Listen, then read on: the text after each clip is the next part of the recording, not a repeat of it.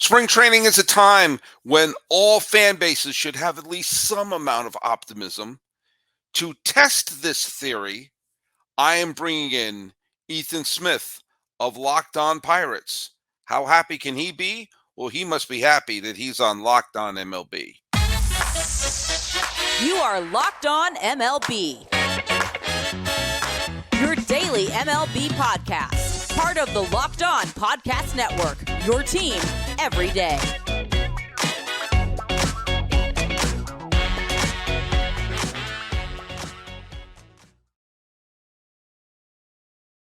Hello, baseball fans. Welcome to Locked On MLB, part of the Locked On Podcast Network, where it's your team every day.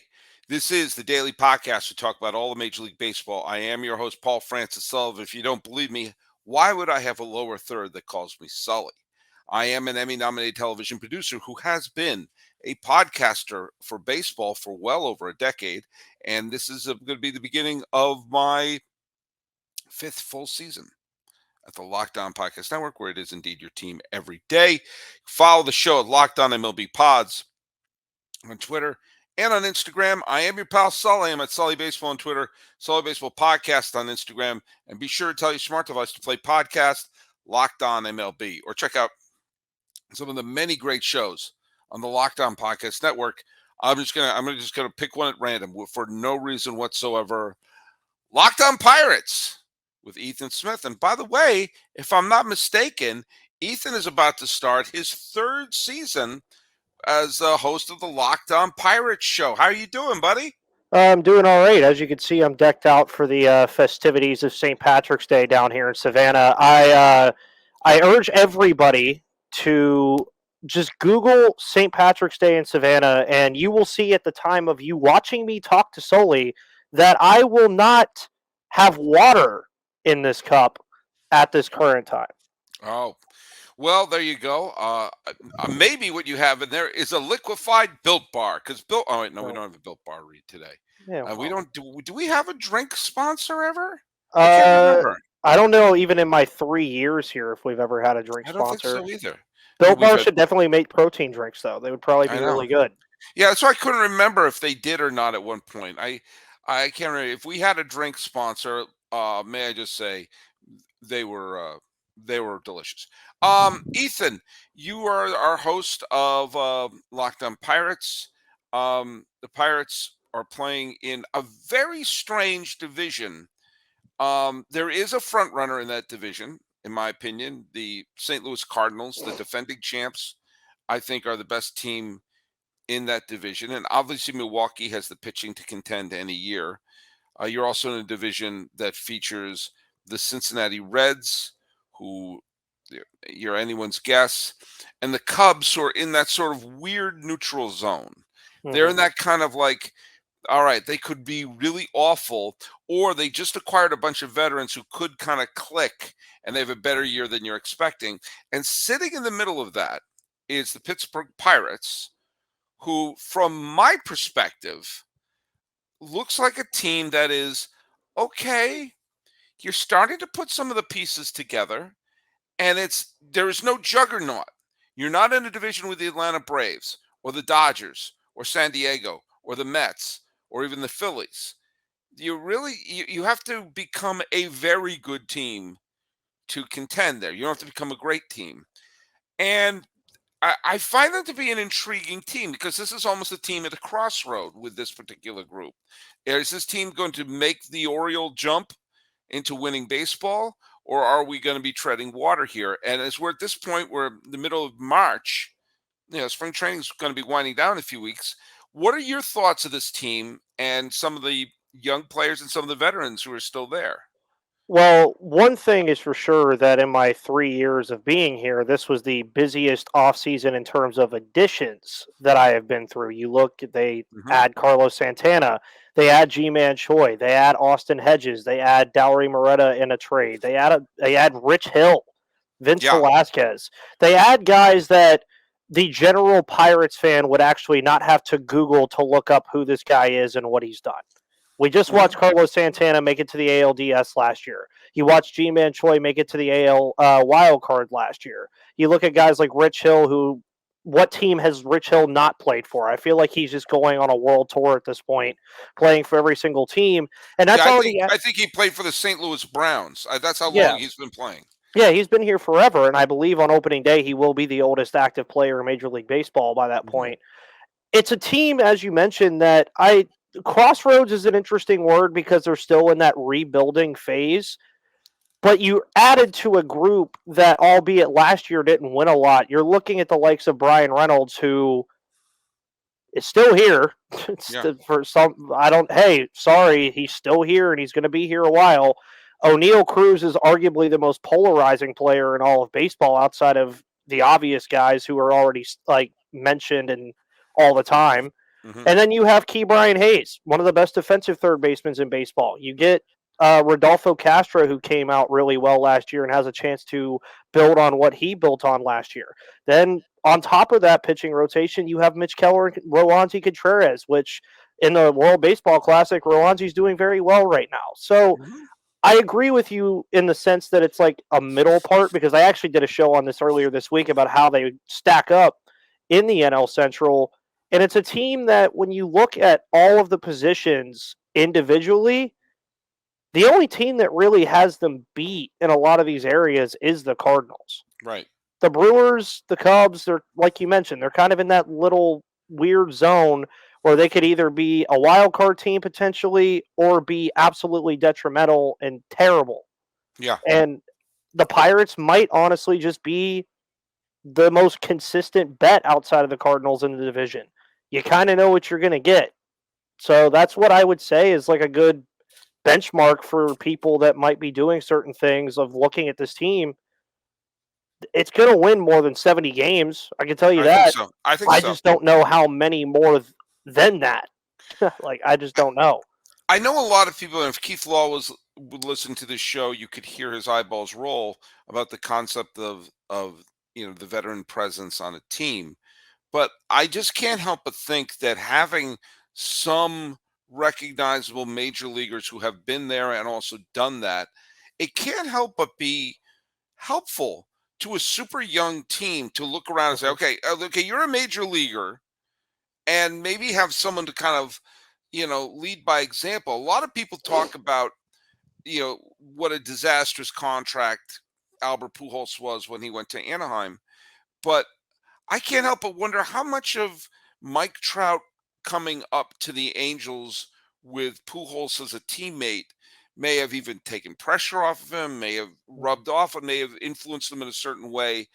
You got a lot of young pitchers on this team. You got a Rich Hill. You got a young hitters on the team. You got a Carlos Santana. And maybe, just maybe, some of these players can, either learn from them, or maybe some of the pressure could be taken off of them. And I love that you brought up Bryan Reynolds, because I would have bet everything I owned that Bryan Reynolds would be playing for a different team at this point. And who knows? He very well could still be traded. They may have calmed everything down and say, "Hey, look, we're trying to deal you, and this is not helping your trade value at all." Mhm. But I like the fact that he's still there. He's still young. He's still in his, he's 28, I think, Yeah. and he still has good power, not just good home run power, but good doubles power, good triples power. And he's someone an all-star. I don't think he was an all-star last year, but at least a couple of years ago. Mhm. And you want to have more players like that in your lineup. You made a great point about the Brewers, especially with the fall of Yelich. Um, that's not as reliable a lineup as it used to be. And you know, I'm always there. The reason I brought up everything at the beginning, and I'll get your thoughts on Brian Reynolds in a minute, is that whenever there's a surprise division winner, it usually comes from not just a team playing better than you expect, but some other teams underachieving. And it really only takes one underachieving team in St. Louis to open up an avenue for one of these other four teams to take the division. Yeah. And we'll see what the influence of Molina was on this team. But I think I'm still picking St. Louis, but I think the Pirates are going to be wiggling a little bit closer to 500. Yes, and to go back to your further point, I think I forgot to mention arguably the biggest veteran acquisition of this offseason was Andrew McCutchen. Because not only is he a veteran acquisition to this team, he's also just so happens to be the last MVP the Pirates ever had, a part of the last group the Pirates ever had in the playoffs, and really reignited baseball in Pittsburgh for a good portion of half a decade Yeah. there in that run where they went to the playoffs 3 out of 5 years and 3 straight years in a row. And Yeah. I mean, there are avenues to where I believe the Pirates could finish in second. Of course, I think we agree the Cardinals are probably going to win the division. It's a Hmm. team that could win 90 games, but let's also not kid ourselves here and act like the Cardinals are like a juggernaut team, like you mentioned earlier. They're not. Their pitching staff is not as good as it looks, in my opinion. Goldschmidt and Arenado were great last year, but it's always in the back of everybody's head with players that are entering their 30s and especially their mid 30s. When do those guys hit that proverbial wall? Hmm.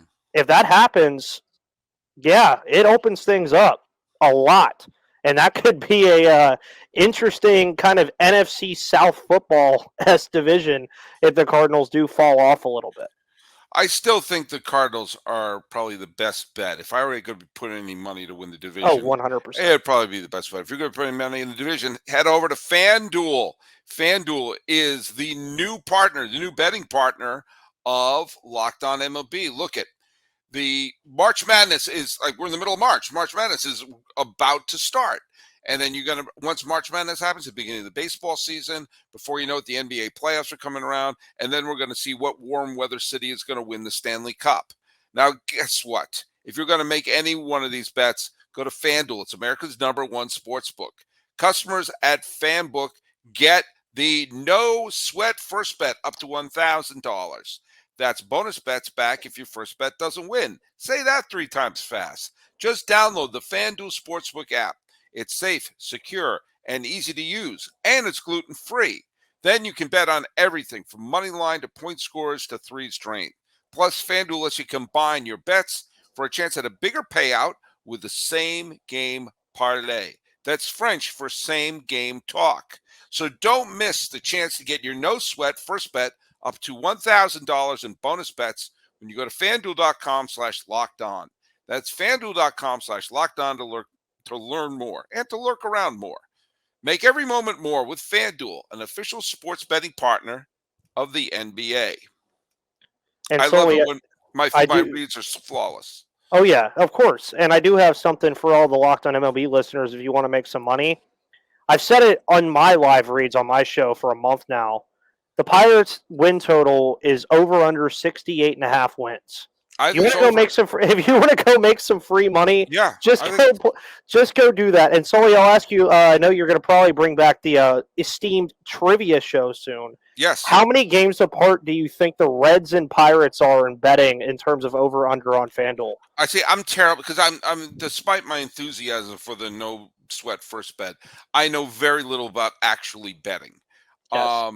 I would guess that they have the Reds at around the you said 68 Yes. for Pittsburgh. I'm going to guess it'll be like 75 in honor of the Big Red Machine.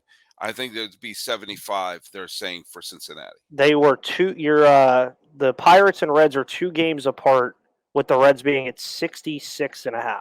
Oh wow, they went the other direction. Yes. Okay, well, I actually agree with that. I thought you were setting me up, saying they were doing No. it too high. Oh, well, the Yeah, I setup. think the The Reds have a set. chance to be a 100-loss team. Well, yes, and the setup was: do you really put the Reds and the Pirates in the same conversation as far as being 2 games apart this year? No, No. no, I think there's some talent on the Pirates, and I don't see. I'm sorry, Jeff Carr of Locked On Reds. I do not see what the Reds are doing right now. And you again, remember, you have to go all the way back to 2021 to see the last time the Reds were contenders down the stretch. They were a wild card team in September of 2021, and now that seems like a long time ago. Very, very much so. That was Very much. the Nicholas Castellanos days, and now And look where he has gone. fly ball to left for Castellano. So Have to throw it in there. Yep, had to. So Reynolds is still there. Hey, I want to bring up a couple of young names. Um, First of all, the Pirates, of course, have um, Henry Davis, who is one of the most highly touted prospects in baseball. Um, and obviously, he was the number one pick overall a few years ago. Catcher, um, and he has yet to make his big league debut, but he has been earmarked as Pittsburgh's catcher of the future. Obviously, Tamar Johnson is probably a little bit down the way, but they actually have. I find interesting that they have two of the best young catchers in the minor leagues, in Endy Rodriguez and Henry Davis. I know you and I talked about this before, but I do want to bring up two other names as well. It looks like that Travis Swaggerty has been recovering from some injuries. He was another former first round draft pick who looks like he has at least performed well in his chances in Pittsburgh. And then there's a person who's, I'm sorry, I don't know how to pronounce his name. Is it a Canaan, pitcher? Canaan Smith-Njigba? So, if you watch, well, I don't know if you watch college football, Sully, but he is the Not brother a second of of it. Not a second of it. he is the brother of a probably too soon to be first round pick, possibly Jackson Smith-Njigba. It's In actually Jigba. yeah. Okay. So you put an emphasis on the end, and then everything else is just pronounced the way it is. But Canaan Okay. Smith-Njigba, yes. Okay. And he, from what I've been, I tried to do some homework here before going into the show. Swaggerty and Njigba, did I do it? Yes, you're good. Seem to be having impressive springs. Now, of course, you got to take all spring training statistics with a grain of salt, but just in terms of like, the velo of the ball off the bat and the way that they look, especially after Swaggerty coming off for some injuries. What are some of your thoughts of some of the young players, and will any of them make the roster, make the big league roster, and maybe make an impact that you've seen in this year's spring training? Well, to start with the Henry Davis, Endy Rodriguez thing, I actually did a show this week about Endy Rodriguez getting optioned to AAA in favor of them employing Austin Hedges, who could quite literally be the worst hitter in all of baseball, but is a very phenomenal defensive catcher. So it goes back to one of the old adages of any Ethan and Sully crossover where we talk about employing the best players on your team. The Pirates, once again, will not be doing that. Endy Rodriguez is starting in AAA and will be up here probably after Super 2 and other factors that will come into play. But let me ask you a question though. Let me because they are starting Hedges. Do you think that maybe with so many young pitchers on the team and the team's still a little bit in flux, that you might be better off? I mean, Hedges. Yes, Hedges is a horrible offensive player, but what isn't it almost more important? I'm just using devil's advocate here. Isn't it almost more important to have a catcher who would be able to handle the young staff, mentor the young staff, and be an anchor defensively, even if it means having him? I was so used to saying the 8-hole in a National League team, in the 9-hole, hitting like a pitcher. I mean, isn't that in some ways beneficial for the team? Yes, it is. And that's one thing that I highlighted on my show actually was saying this is of importance that Mitch Keller and Roansy Contreras, Johan Oviedo, Luis Ortiz, these young guys that are going to be coming through here. Sorry, I was like trying to get my thought out and then a cough came out.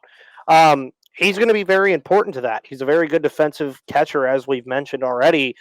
Endy, even when he comes up, I would still keep Hedges on the roster. Right. I would still have him there as a backup catcher because defensively, he's going to give you a lot of value.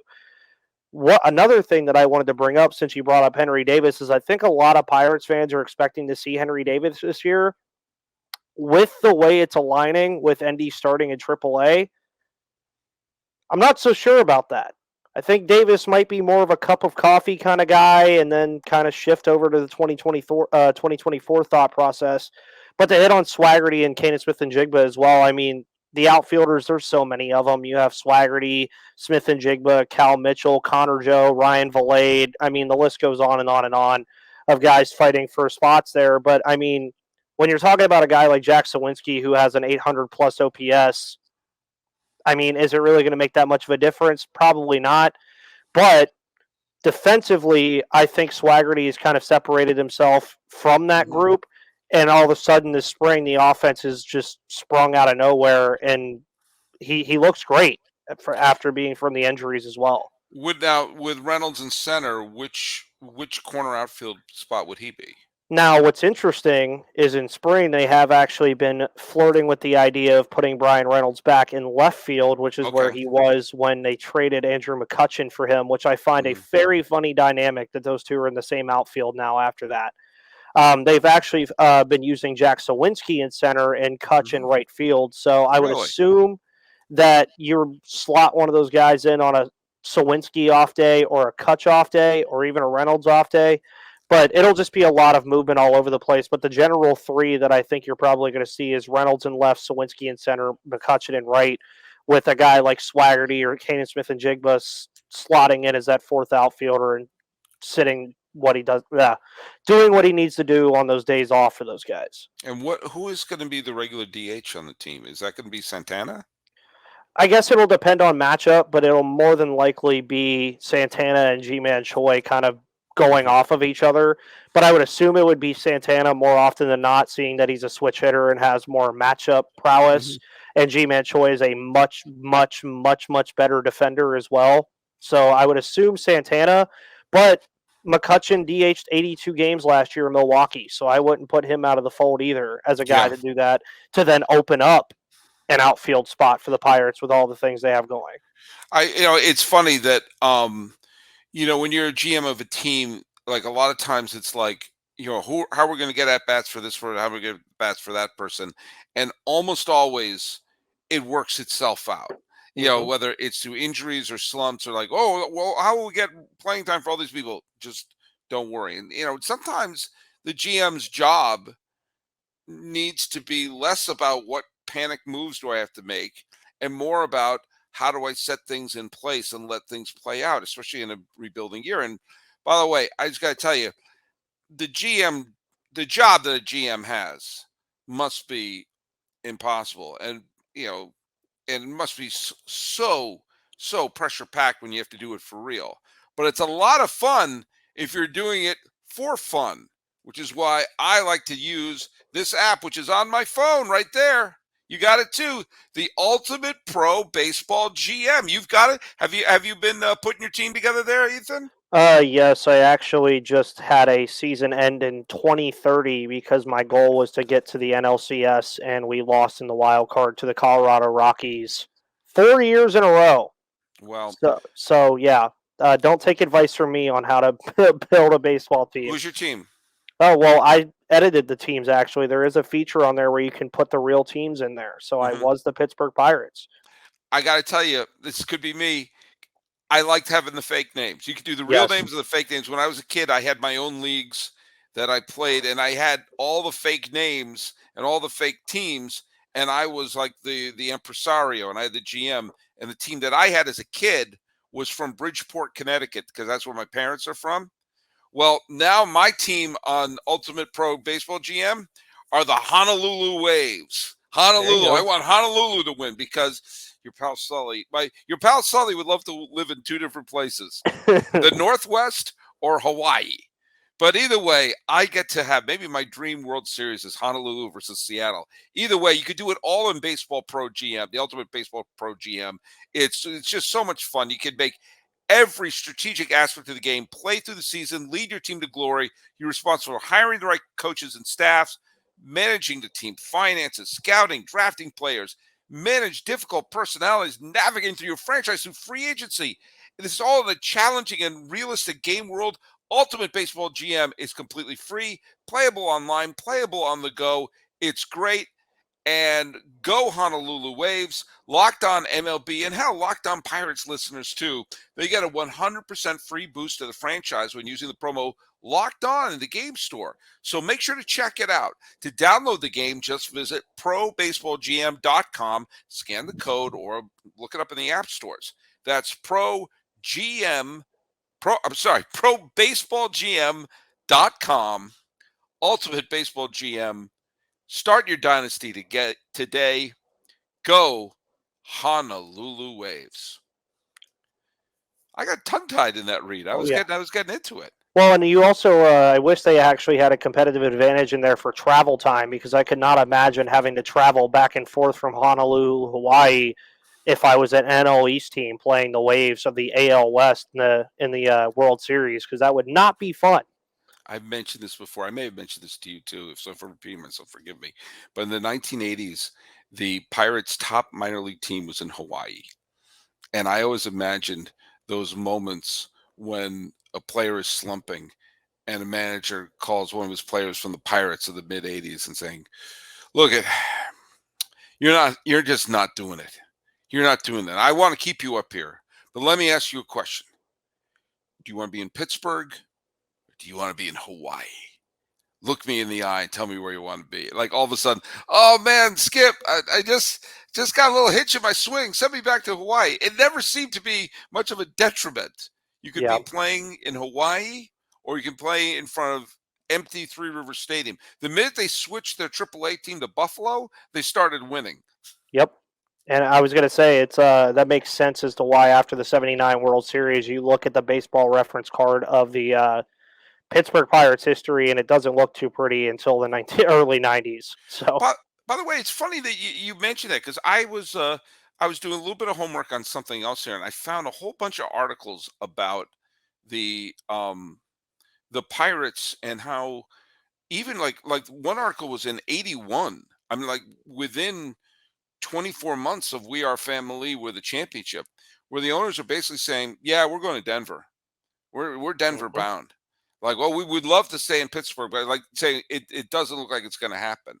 And when things were really going south for the Pirates, where they couldn't, like RJ Reynolds had the snarky comment of like, "Have they opened the house? Have they opened the gates yet?" With the poor attendance, the team was just sinking in the standings.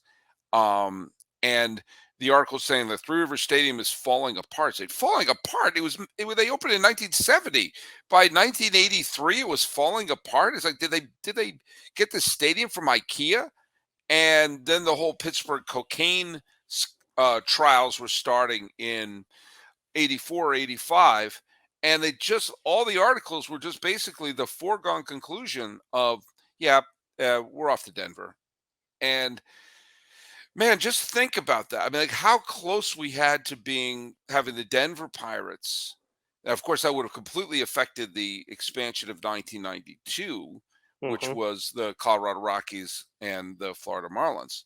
But man, I mean, I love thinking about alternate universes. But chances are, if the Pirates moved in the mid '80s, there probably would not have been an expansion back into Pittsburgh. It would just be it would be a hockey football city.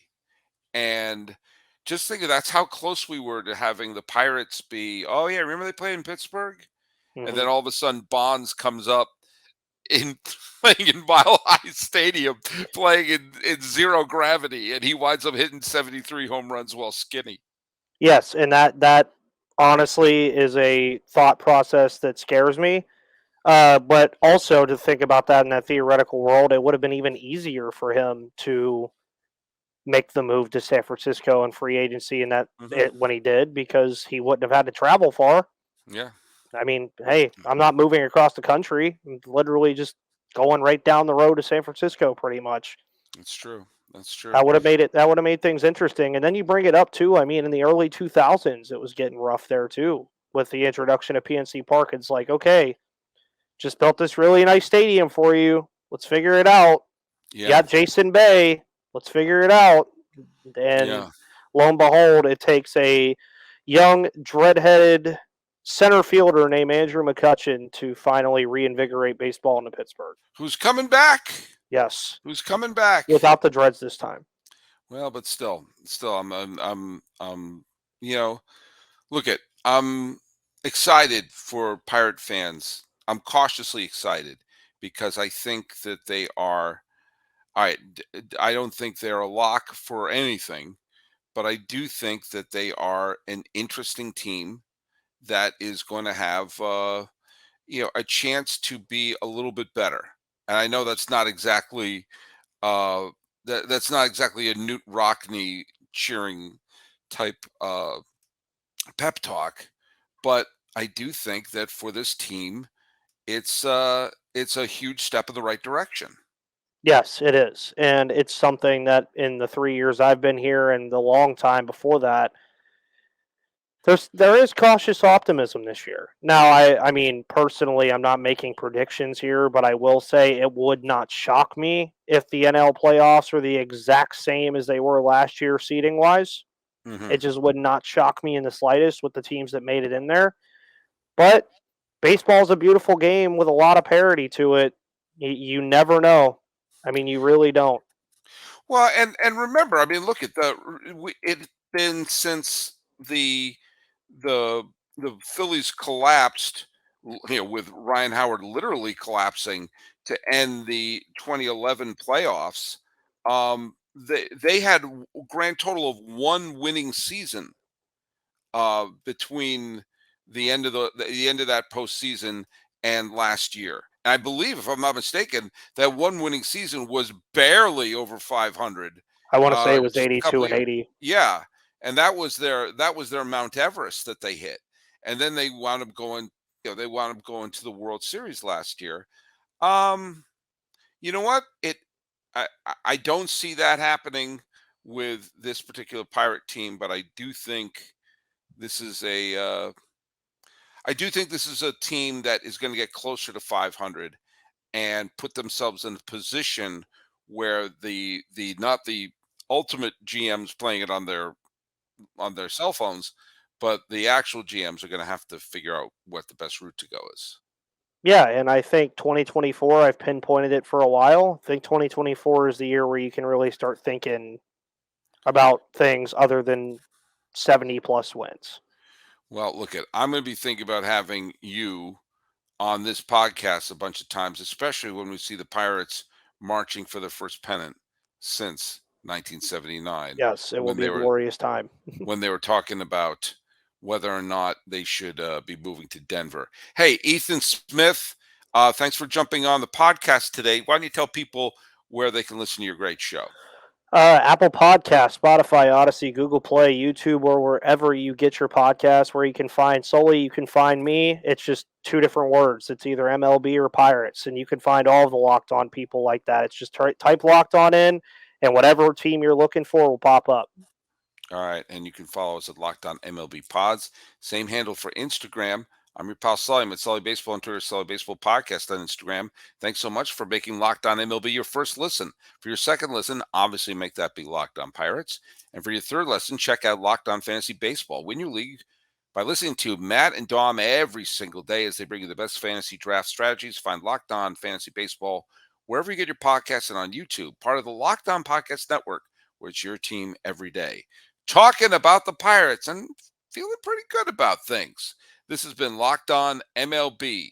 I am your host, Paul Francis Sullivan. That's Ethan Smith. Don't call him Sully. Call me Sully.